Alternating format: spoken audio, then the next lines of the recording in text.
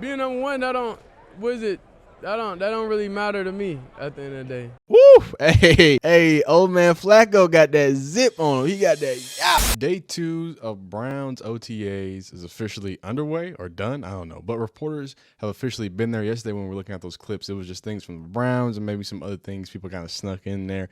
But today there's multiple reporters, so we have multiple angles of Shedeur doing what he does best. And I got to be honest with you, I'm trying not to sound like one of those overglazing pages to get your hopes up, but Shedeur was as advertised. I mean, the things that he put on display, the accuracy, the zip, the ability to put the ball in peculiar situations around particularly in the end zone and the red zone, I think was really good to see. So again, not a lot of yapping to take from here. A lot of the quarterbacks look good. Dylan Gabriel did get a pass batted down, but I mean, hey, nobody's wearing pads. Let's not overanalyze too much. Even though that's what we're going to do. We're going to overanalyze a little bit too much, man. So let's pop in right here. And let's just watch. We're going to start with Shedeur. Then we got the other quarterbacks throwing too. See what we see what we don't see, man. Oh, yeah. Now, by the way, appreciate y'all supporting the video so much. If you like these videos, like it. If you don't like it, dislike it. Subscribe if you like football content of all shapes and sizes. And we got Kenny, 2 Gloves, Pickett, and Joe Felicity getting the ball here. And then we got the pair of the rookies there. You got 12 and you got 5. Mr. Primetime and Mr. Lefty getting it done there. And they do a little rep, and then they switch sides, regular OTA stuff, just getting warmed up, looking good. And I've just really appreciated, to be honest with you, the confidence that both of the rookies are coming in.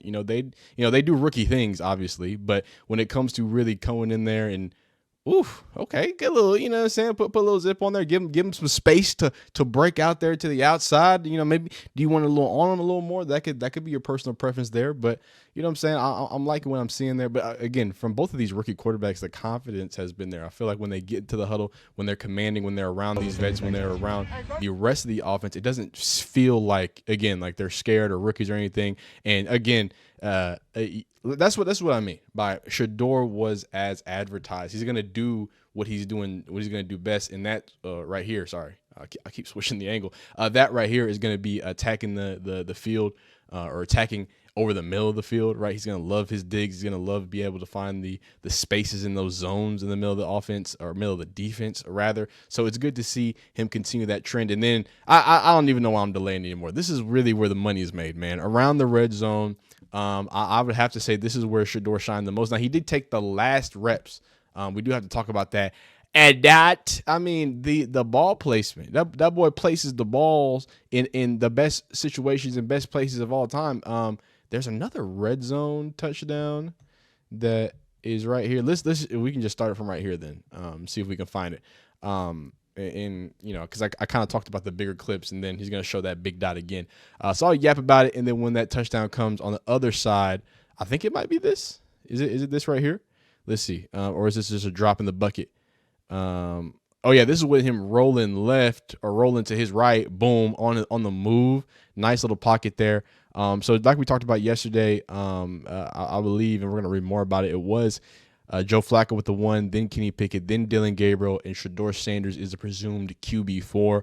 But he wasn't spinning it like no QB4. Here he is in the back of the end zone. I mean, this is, again, when I talk about hallmark Shedeur, right, and people talk about, oh, why do you talk about him like this? Why do you do that?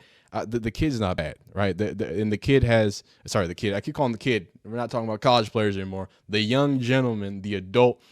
He's got a knack of putting the ball in a good spot. Like they talk about things that you can't teach in basketball. I've been making a lot of basketball analogies, but in basketball, they talk about like if you can shoot, if you can just sit there and shoot, catch and shoot, get in the corner, find your spot, catch and shoot, you're going to have a very long career. Shout out Ray Allen, right? You're Sean Livingston, right? If you can just sit there, catch the ball and put the ball in the basket, you're probably going to have a long career. I feel that same way with quarterbacks and ball placement. Right. And you can say that with anticipation, too. But being able to put the ball in good spots for your guys to go up and get it. I think that's something that should lend well to you, having a long, lengthy career. So a little more details on how things are getting broken down. We're going to look at Kenny Pickett. I'm not Kenny Pickett. We're going to look at Dylan Gabriel and then Kenny Pickett and Joe Flacco, because Joe Flacco was dropping some January Joe bombs. So my man Daniel, I do not want to mispronounce this name because I do not want to disrespect your family. But if you enjoy Browns updates and things of that nature, he is media. He is, at these OTAs. So please give him a follow if you want to, stay locked in with different news and stuff like that. So what he said is the Browns are walk through a portion. Kenny Pickett lined up with the first team, followed by Joe Flacco. I had him flipped, my fault. And then Doward Jones, who had, he's talking about orthopedic surgery. Dylan Gabriel followed the vets in the walkthrough portion. Then Sanders was last up. So again, kind of like it was presumed, kind of like Mary Cabot, I believe, even said. So, hey, for as much as she doesn't do her research, I guess when the things are told directly to her, she can get some things right. So we'll give her that. And then he also says the Browns are on a walkthrough portion. Wait, no, that's just that's literally what I just read. But anyway, you get the point. So that just kind of gives you the insight of how things are. But again, he was the last picked quarterback. I don't think, kind of like Kevin Stefanski even had to address that too. I don't think that's something that we need to even really think about. I don't think that's something that we need to put a lot more investment into because really at the end of the day, I don't think it's going to be anything that changes or affects anything in the grand scheme of things. So here it is. Here's Dylan Gabriel getting some work done here. And I want to start here because he also had some great balls too. But again, this is against Mason Graham. He tries to find it. I mean, I think this is just a good play. This is really good timing from Mason Graham. If you see, he gets his hands up. You know what I'm saying? 1, 2, 3. Dylan sees something that he likes. He doesn't see it. So, maybe in pads it's easier. Maybe in pads it's harder for him to throw over. But it's definitely not great to get your pass batted down. For as much as I give, and I will continue to give credit to what Dylan Gabriel can do and continues to do, someone said this thing got intercepted. I think it did not get intercepted. But for what he continues to do, and I think he's going to be a great, he has the opportunity to be a great player. Clearly, it takes a lot more for Dylan Gabriel to be successful. You feel what I'm saying? Like, this is going to have to be an offensive shift for the focus to be, all right, let's allow him to get out the pocket, right? Let's allow him to get on the move. Let's allow him to do some things that take advantage or limit his disadvantages when it comes to his height, right? So that's going to have to be, and then obviously him being left-handed, that makes things a little different, right? That makes things a lot different when it comes to the way defense is going to be looking at him, and then more importantly, the way offensive coordinators scheme things up as well. So before we get into these are just extra Shedeur videos. We can check out the rest of the cues. Here is Kenny Two Gloves Pickett connecting with Jerry Jeudy. Now, again, whoever, and kind of like I keep saying, woo, that boy, hey, he looking nice, man. He looking good. He looking like he wanna go crazy again. Here's Joe Flizity dropping a deep one off to Jerry Jeudy. Whoever gets the start is going to have a plethora of weapons. So it's hard unless you play bad. In my head, ooh, Joe with the arc. I like that. Unless again, you have to play bad. Because you're going to seemingly have a good bit of weapons out there, not to mention David Njoku, not to mention the rookie Harold Fanning, obviously most historic receiving tight end in college football history, not to mention, like Oki already said, Jerry Jeudy, not to mention the two-headed presumed backfield of Dylan Sampson and national champion Quinshon Judkins. Look, man, if you get the reins, you're going to have a good time. Here's Joe Flacco. This is that same passage except from David, same 15. And then obviously this one went to Kenny.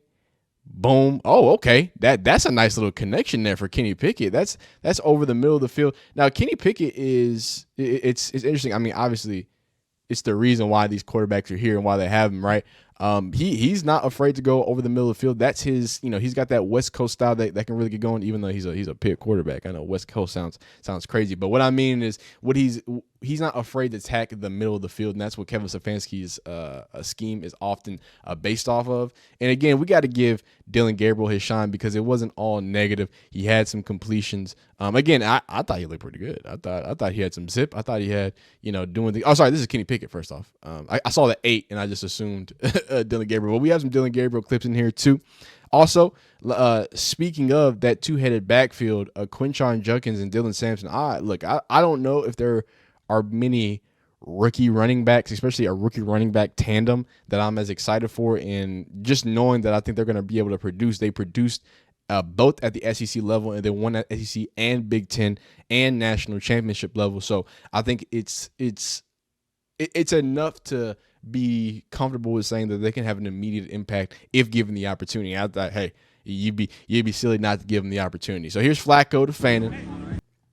Again, I think Harold Fannin is gonna wind up being almost an X factor. Like I said, an akin to Baltimore. Woo! Hey now.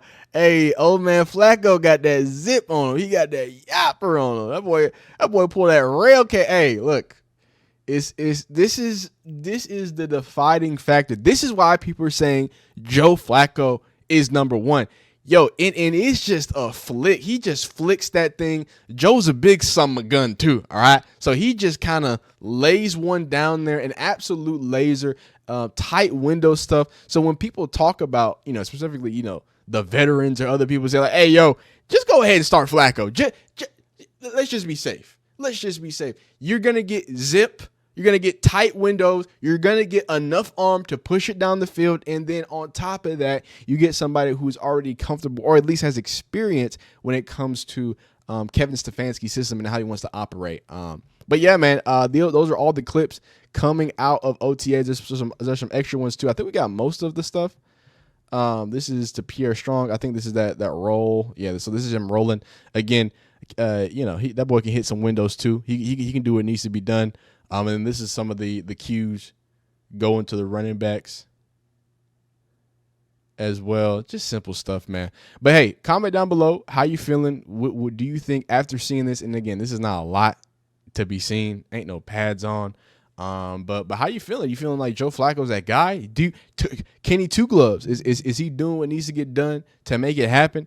Again, I'm of the opinion that Shedeur should want to either not start off first or start later, or just give him some time to kind of develop. And then on top of that, right, I think it can't be understated what it means to have a veteran leading a group that doesn't have much of a leader, right? You're coming from Deshaun Watson and then obviously the carousel at the end of the season for the Browns. And I think that it's just a lot going on, and they've added so much in the quarterback room at the same time. It would be crazy to think that with the amount of talent and some veterans that you have and then non-veterans and then, trying to have this rookie running back room, I just think that there's a lot of variables for there not to be somebody like Joe Flacco at the helm. And then who knows, maybe it makes the most sense. And then like I've told you, right, you're going to have to change a lot for Dylan Gabriel to be the guy. It's not simply just, he can kind of plug and play, because he does do some of those things, but the way the offense is going to have to be set up, the way that you do it, though, your blind side is now your right tackle. Your right tackle is now your left tackle. Like, how do you do that? How are defenses going to respond to that? How are they going to shift their alignment to that? Like, it's one of those small, intricate things, but in the realm of quarterback play at the NFL league, that small little thing, if it becomes a pinch, Shedeur Sanders, I think, is the one. Whoa, almost got attacked there by my throat. Pause. I think Shedeur Sanders is the one that can step in after Joe Flacco in the best way possible for it to be as seamless as possible. All right, last thing before we go. I told y'all, man, that boy is Shedeur Sanders is just a man of the people. Get the best TED Talk? Shedeur Sanders, bro, because he always got an opinion. Hey, Tell me what's the TED Talk? It's like, when you just got like opinions, like, and you could just sit there and talk about over anything, you gonna be great at that. Appreciate it. I appreciate it. Hey, man, and they just, whatever, doing the normal PR stuff. I just think it's dope to see that he's not just, meshing well with his teammates. He's meshing well with his class and with our running back. Hey, that boy ain't had a good running game in a long time, in a long time since the JSU days. So it'll be interesting to see what he does to do that. But yeah, that's it for today. I'm sure there's going to be more things coming out. Probably another video tonight about Shedeur. Also, obviously, OTA is going around, so we're going to check in on LeJontay Wester. We got to check in on Jimmy Horn. We already checked in on Travis Hunter. If I can sneak in my Texans in there, you know what I'm saying? If y'all ain't gonna get mad at me, check in on what the rookie wide receiver duo is doing down there in Houston. Caleb Williams is getting after it. The Raiders are doing it. So if y'all want to see anybody in particular, somebody asked me for the 49ers. So maybe by the weekend we can get to them, have all their clips together. But let me know down below what you want to see, how you feel about the quarterback competition. Like the video if you like it, dislike if you don't like it, subscribe if you enjoy football content of all shapes, sizes, and forms, man. We'll see you next time. Continue being great. We know he's going to be great anyway.